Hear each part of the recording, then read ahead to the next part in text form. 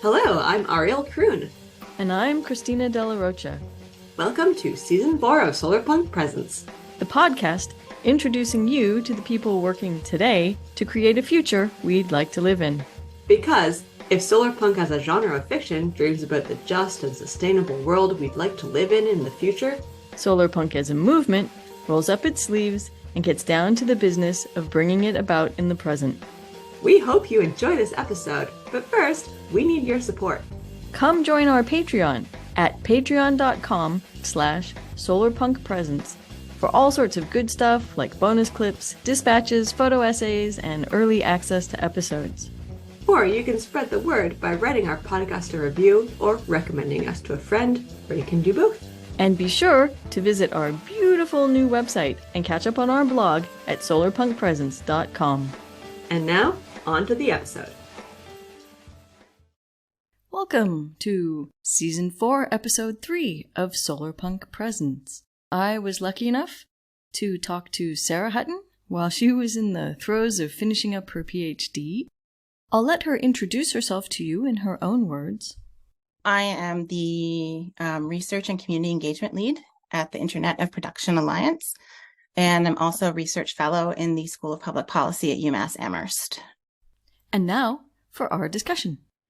Today, I'm talking to Doctor-in-Waiting, Sarah Hutton, about her work and her research. So welcome, Sarah. Thank you. Thank you so much. And so Sarah is a big fan of this thing called distributed manufacturing, and she's going to tell us all about it.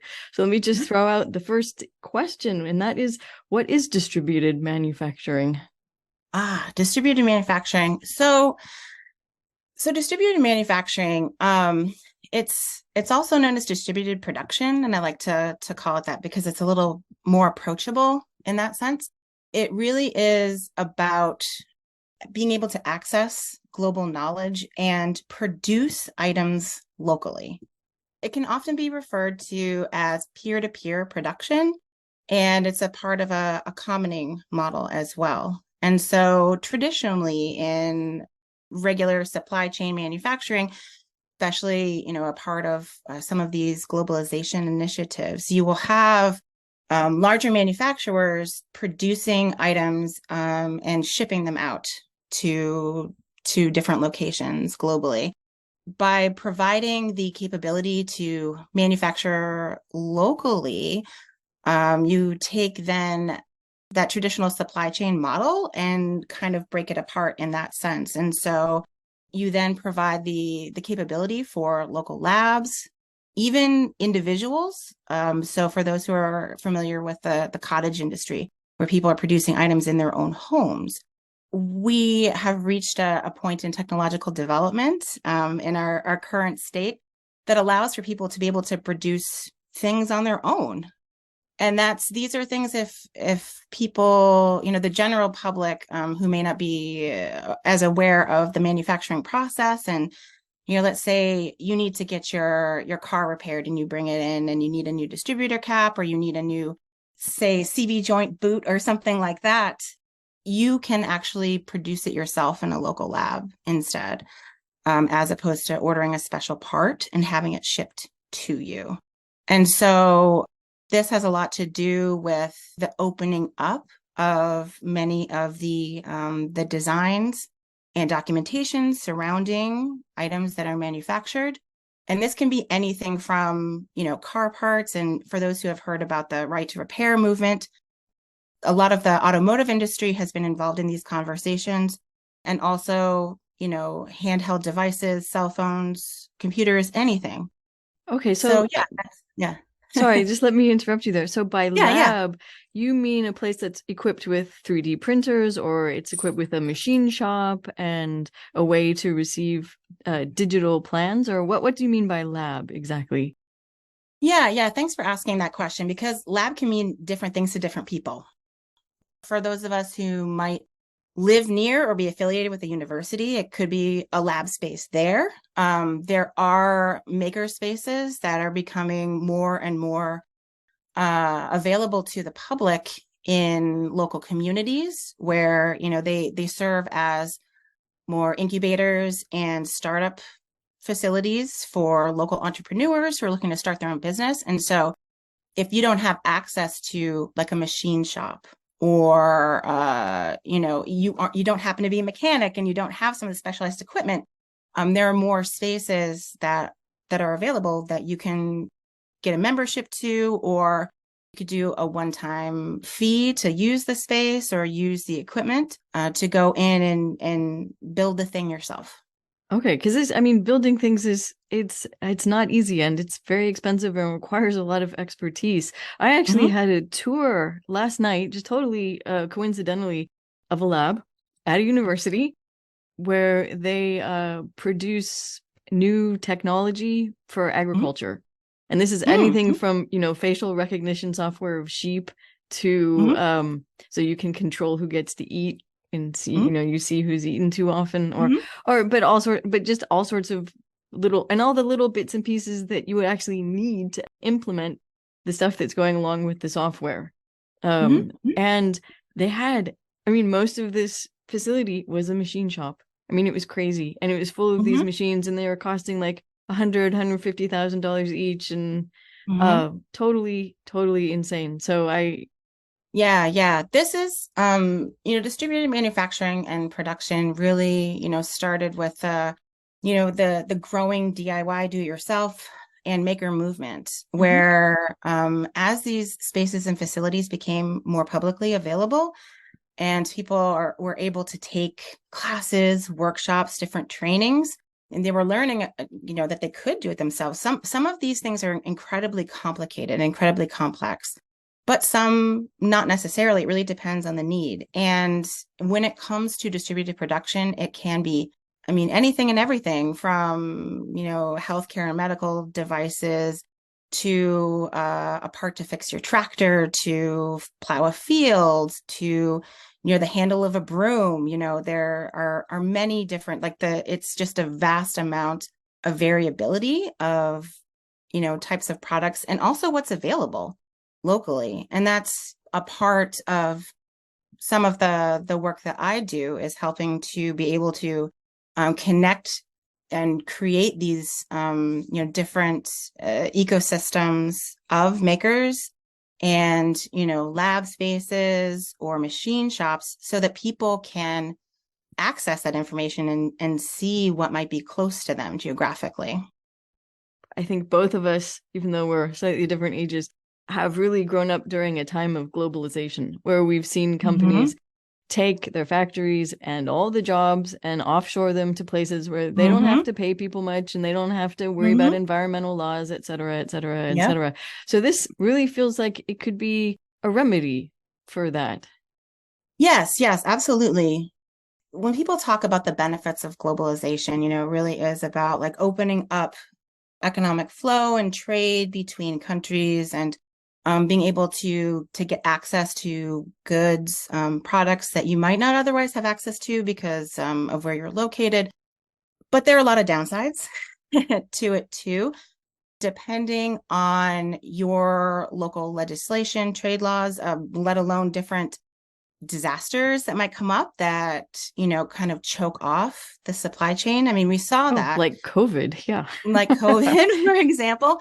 And I think that that's where people had, the general public really started seeing this more and more, a very stark reality that when things get shut down, that's when globalization really falls apart, because you have these centralized manufacturers that are producing, these items in bulk and shipping them out.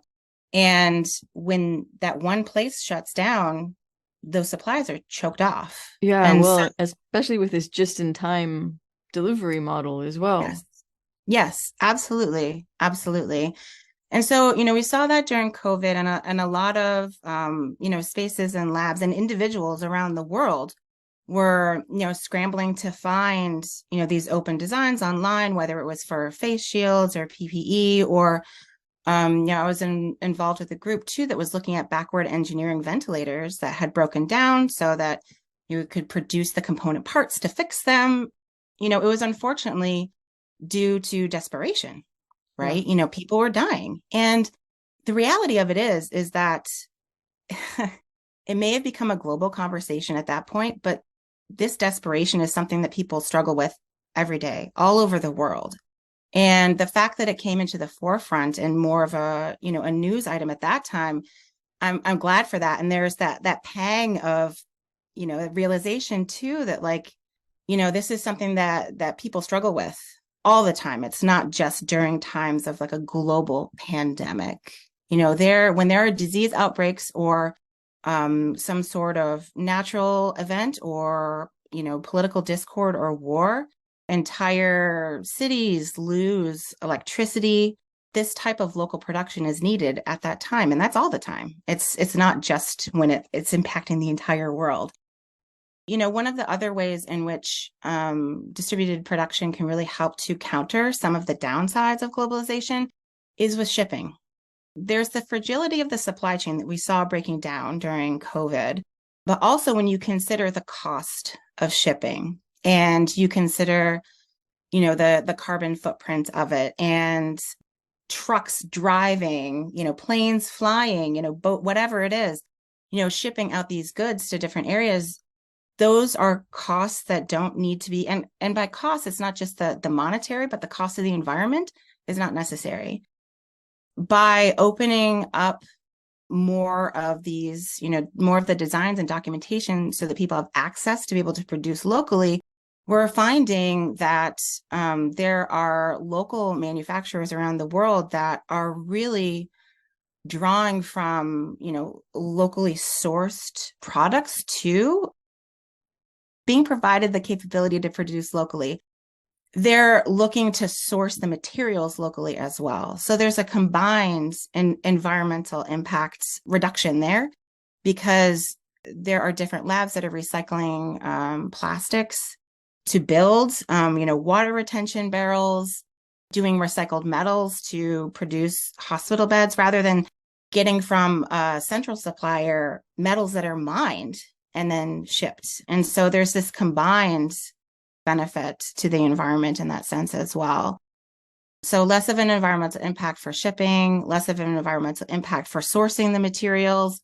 And also when you talk about, livelihood and we talk a lot about decentralized production as being, a real vehicle for social change. It's infusing local communities with jobs too, and upskilling, folks who otherwise may not have had the opportunity to engage in some of this work. And so it's helping to support and grow local economies too. Yeah, well, and I mean, I guess a couple of things there. One is that people can be proud of the things that they're doing, again, I guess. And also, people love making things. Yes. And they also love sharing how to make things. I mean, all you have to do is flip through YouTube or TikTok or any of these things. I mean, it's just filled with people, or Instagram, filled with videos of people explaining how to make things. Yeah, I mean, there's the benefit too. I mean, aside from, the very positive benefits to local economy and whatnot, it's of a benefit to the human spirit too. Yeah, yeah. One of the best ways to learn how to do something is to teach it. Oh, yeah. And yeah. And we've seen that, technology has really helped to increase, global information sharing and, engineering and the scientific, improvements over time have allowed for solving all of these problems that were plaguing local communities. And it is a point of pride too. Like if you are, given that agency to be able to address air quality issues in your own community, or if there are, high levels of, let's say mercury in local water supplies, you can design your own water testing unit and collect that data and advocate at the local policy level to really propagate change. And that's something it's so wonderful for the public and on so many levels, where you have community members really empowered, and you have these solutions that are being designed by people who live in the communities, not somebody who's living in a cushy lifestyle somewhere else, thinking theoretically about how they might be able to help. It's people really taking charge and helping each other out.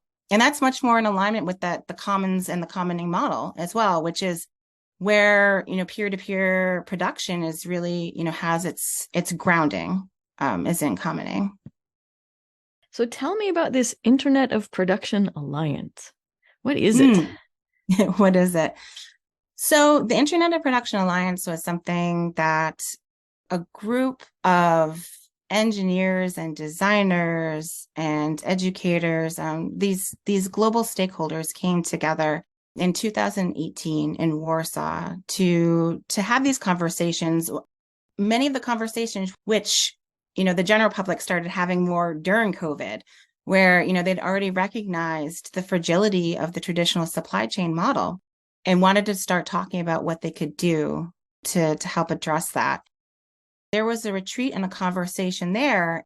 Out of that conversation came one of the first data specifications that would be used to help start building this infrastructure to support a global ecosystem of distributed production and distributed manufacturing.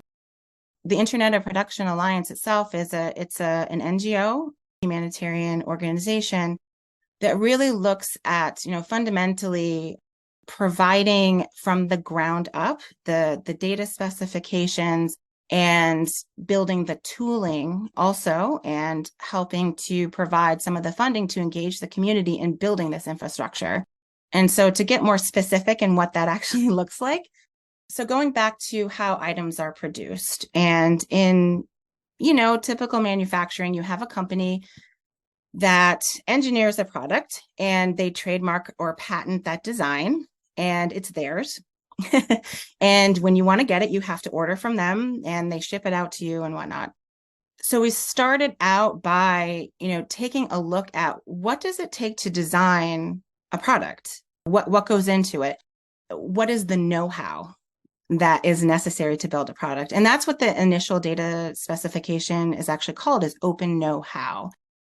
It is a data standard that really lays out all of the different areas for product design, including licensing. And that's first and foremost, that it has to be openly licensed. And so when we talk about open source hardware, there's open source software, open educational resources, open data. Open source hardware is really taking a look at the actual design of, these physical objects as well. And so in the open know-how specification, you have the design files, you have who created it, so you can trace back to who originally designed it. You can include the assembly instructions and some of the community feedback on testing. And the specification, the tooling that was added to that specification also produces a manifest. When you design, any of these designers or engineers, like if they design an openly licensed product, for example, there is a product called the Open Flexure Microscope. There's a manifest file for that just spells out, this is how you build it. There's the bill of materials, like these are all the materials that you need for it. And that file you can take, it's available. And so you could build it yourself. Wow, and so even grinding the lenses, and this is a light microscope, or everything. Wow.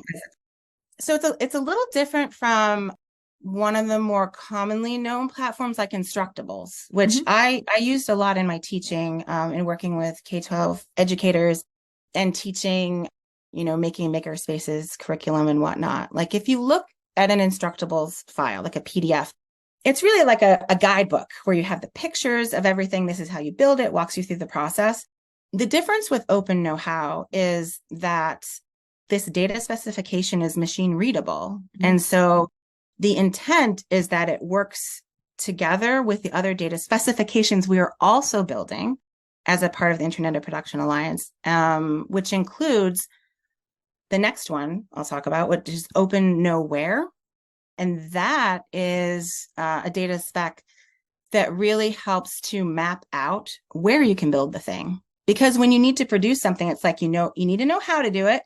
But then, as I was mentioning earlier, like where do you go to build it? If you don't yourself have access to a machine shop or a lab, we are working on gathering data to put together a global map of machines, as well as places where you could ostensibly go to build the thing. And so as a part of that, we have the Open Nowhere Data Awards program for the past couple of years, where we are having makerspace, folks who work in makerspaces or makerspace leaders go out into their communities and engage in, more of like a citizen science type of data gathering process, where they are mapping out spaces in their communities as well as the machines that are in them and bringing the data back to us, and we're putting it on this global map. And so, we have that available on our website, and that's growing as a part of other projects we're working on as well. So that in addition to being able to discover these open source hardware projects, you then could go to the map and see where you could produce it. And the next part of that, as you were mentioning earlier, building these things can be incredibly complex, and you may not necessarily have all the skills to do it either. One of the data specs that I've been working on and that was released earlier this year is the people and skills specification.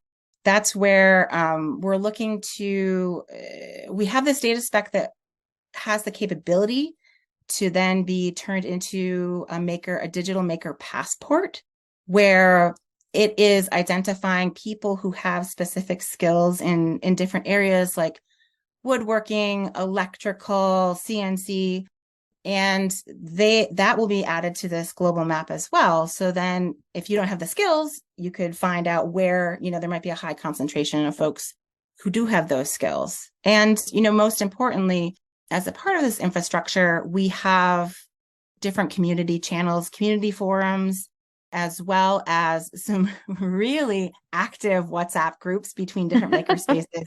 Okay. I can imagine. Boy, that's amazing. Yeah. So I would not have guessed. I would, before talking to you, I read a little bit about this distributed production, and I guess I didn't read enough to realize how important it would be to build this network of people, this community of people. The community of people is really the biggest part. And that's why when I talk about distributed production, I mention peer-to-peer very often, because that's really what it boils down to. When we talk about distributed anything, it really is about the democratization of access. And so, we start at the knowledge level, the information level, and make, all of the information surrounding the production of items openly licensed. All of the work that we do is in open platforms online, whether it's, repositories in GitHub, or some of these data specifications are on a platform called PubPub, which are entirely open and people can comment on, because the intent is really to, we're helping to shepherd the work and be stewards of some of the artifacts of the work, but we don't own it. It is owned by the community. And these larger communities that we work with, like the Global Innovation Gathering GIG, or the Gathering for Open Source Hardware, GOSH, or OSHWA, or any of these other organizations, it's the people in them that are going to, help carry the, it's the people who are doing the work. At the Internet of Production, I emphasize the alliance part because it's an alliance of people.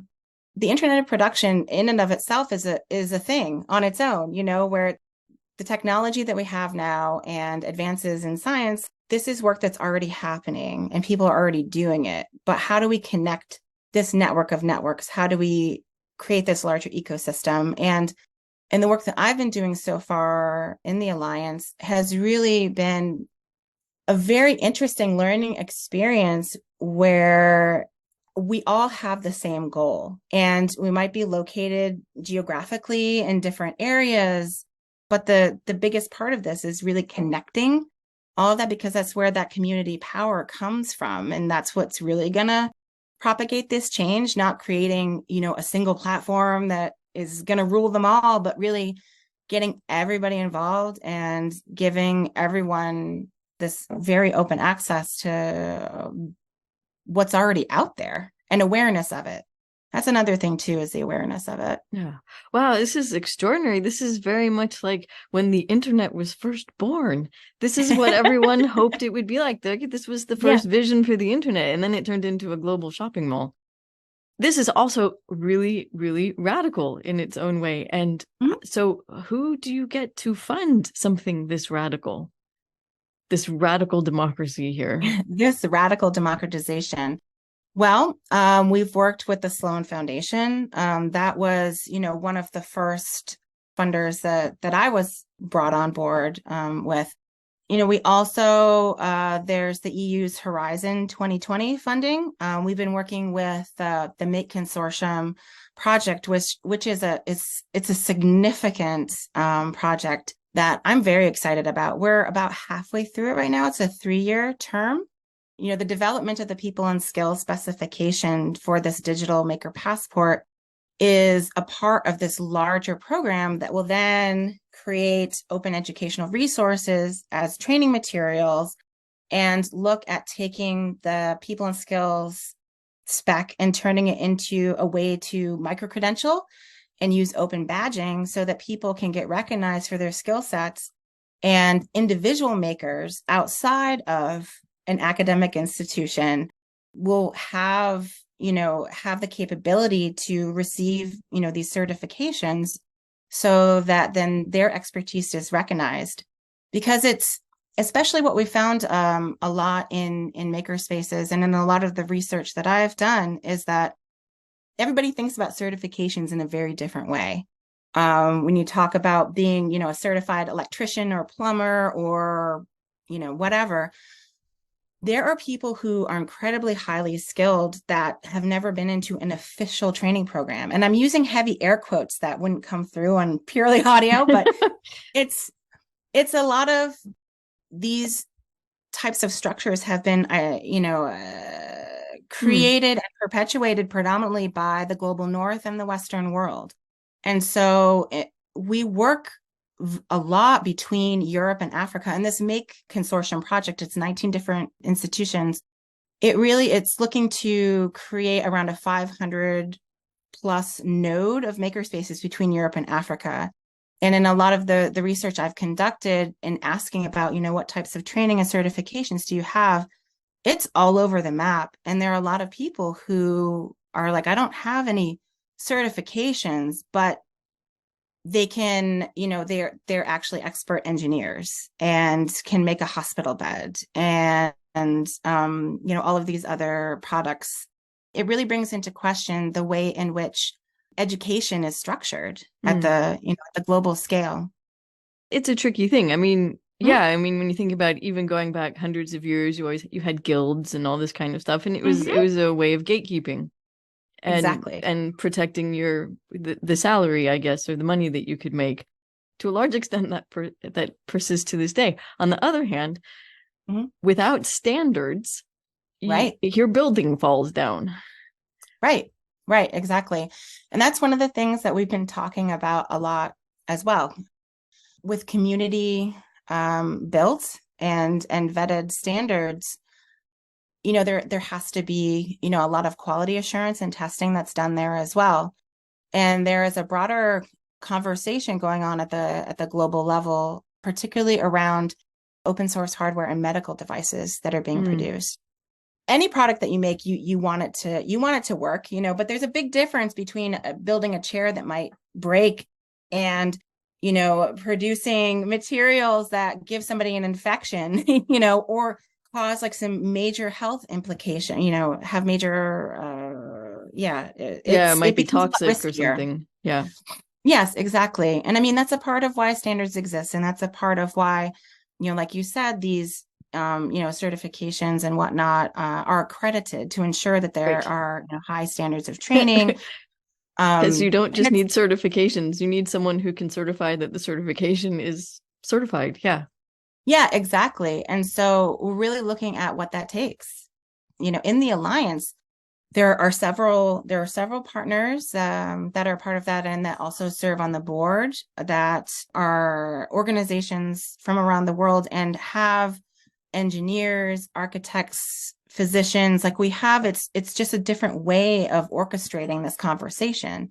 It's doing it in a collective, and like you said, it is fairly radical, and it's really taking a look at how can we design these standards that have that same level and quality and trust in them.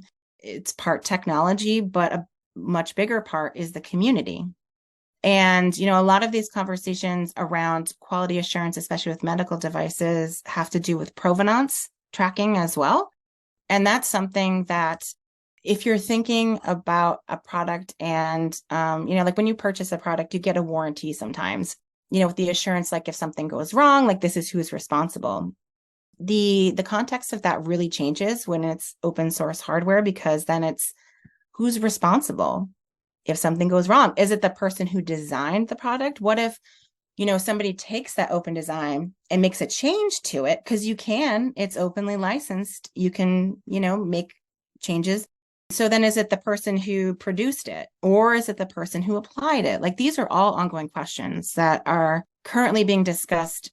We're testing out different systems for tracking products and tracking that provenance, to put another option out there for quality assurance. Wow. Okay. So I can see there's tons and tons and tons of stuff here to study and research academically, which I guess is where you come in. So what is it about all of this that you actually study? I was brought into this work. I have a kind of a unique intersection of experiences. I have been an academic research librarian for a very long time. I'd say over 15 years at this point. I had worked with, more of like as a generalist and working with researchers from every different discipline on open. Whether it was, I really was focusing on open educational resources. My place in all of this has really been about access to information. I mean, as a librarian too, but as an educator as well, looking at how can we make things more affordable, accessible, and especially getting, students and community members involved in building those educational materials themselves. I have a strong background as a librarian in data, metadata, how different types of data interact with one another, so far as interoperability and like federated searching are concerned. Like I have a very deep knowledge there. And so when talking about building this global ecosystem of interoperable data specs and tooling and whatnot, like that's what I bring to the table in that regard. The other hat or hats, I guess I wear, is that my doctoral work has been in open educational resources, but also educational policy, and really taking a look at changing the context of how we engage with the public in being able to access educational opportunities and training, and really to help, improve lives and increase livelihoods. And I've recognized all the gatekeeping that's done. I mean, as many of us do, within higher education and, that structured system, and about the opportunity and the promise that open education provides. I see this as being very much a part of it. This is another vehicle to be able to provide access to information and access to opportunity. On a personal note, and I think this is why I ended up getting involved in teaching, making maker spaces and that type of curriculum as well. I grew up in a rural community on a farm, didn't have internet access. Where I grew up still doesn't have reliable internet access, and sometimes not electricity too. I grew up very much in a DIY culture. Whenever we needed to fix something, we would get books from the local library and learn how to do it and do it ourselves and use what materials we had locally available. I didn't realize it at the time, but my family didn't have the financial resources to do a whole lot, but it never felt that way because we were able to do it ourselves. and, have a livelihood. I've seen and lived that experience, and lived in, more of a barter economy type of agricultural community. And so having lived that experience and seeing all of the advances that have taken place since, I was a kid years and years and years ago, it's really exciting to see it being a possibility at the global scale, but also with that localized focus, because everybody has their own context. We do have to take globalization back and make it something that's good for people and not just good for companies and CEOs and business and huge business owners. Yeah. Okay. Yeah. So, go on. Oh, well, so getting back to the question that you had asked about, like, where I come into this work, I do a lot of research. I do a lot of research. And so I am a hermeneutic phenomenologist by training, but basically more qualitative. I do qualitative and quantitative data analysis. Where my strength really lies is in, that semi-structured interview with people, and talking with people in the communities, gathering that data, making recommendations based on, that localized context about. So we have this data spec. I did a lot of research in that people and skills data spec before we put it together, in talking to people about how it could potentially be used, what should be in it.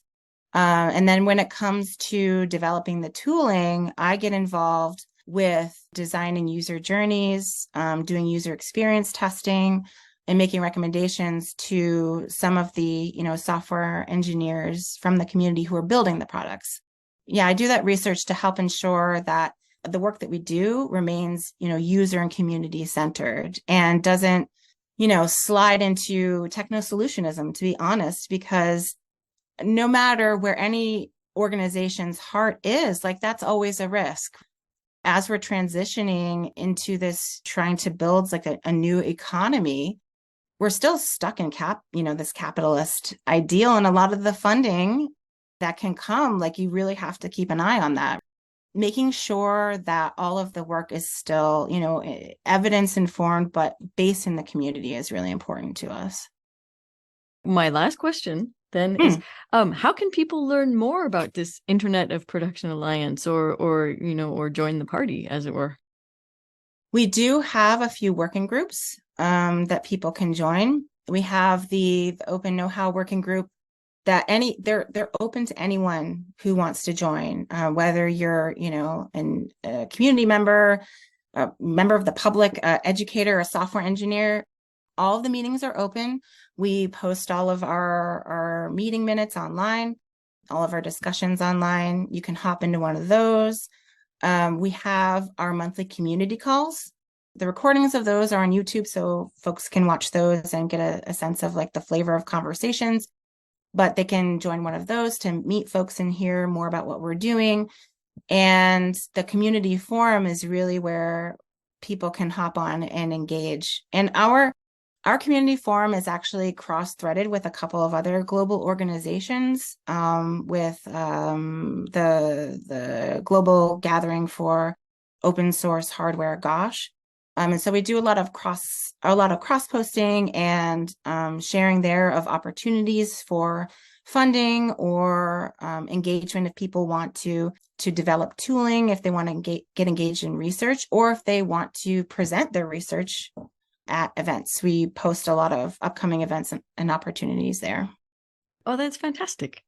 This has been really, really, really interesting. Thank you very much for taking the time to talk with me. Of course. Thank you.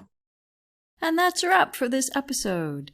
Don't forget to recommend us to a friend. Please write us a review. Please, please, please. Or support us on Patreon. Thank you.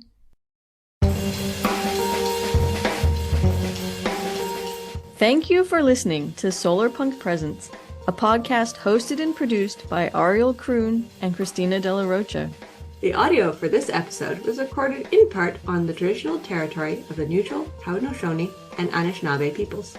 And in Germany. The opening and closing music for this podcast is Water Cooler Gang by Monkey Warhol. Available for use under the Creative Commons Attribution 4.0 International License. Don't forget to support us on Patreon at patreon.com/solarpunkpresents. Every little bit helps us keep bringing you discussions and interviews. Until the next episode, keep dreaming. And stay solarpunk.